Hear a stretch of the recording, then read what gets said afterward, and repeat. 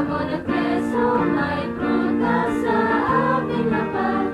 May ngiti sa labi, puso'y may galak. Awit 67, 1-3, 6 at 7.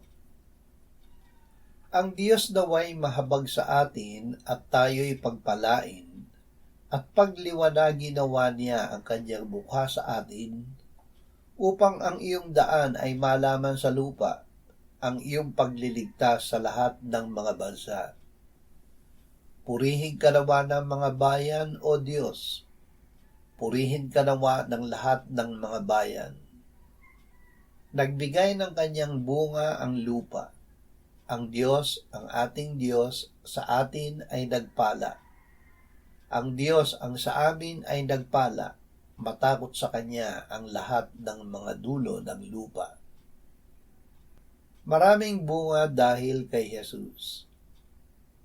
Sinabi ng Panginoong Jesus, "Ako ang tunay na puno ng ubas at ang aking Ama ang tagapag-alaga. Kayo'y manatili sa akin at ako'y sa inyo. Gaya ng sanga na hindi magbubunga buhat sa kanyang sarili, malibang nakakabit sa puno, gayon din naman kayo, malibang kayo'y manatili sa akin. Ako ang puno ng ubas, kayo ang mga sanga.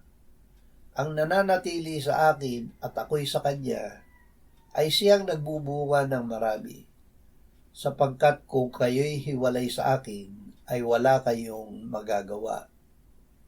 Kung kayo'y mananatili sa akin at ang mga salita ko'y mananatili sa inyo, hingin ninyo ang anumang inyong nais at ito'y gagawin para sa inyo. Sa pamamagitan nito'y naluluwalhati ang aking Ama na kayo'y magbunga ng marami at maging mga alagad ko." Nagapagpagdaging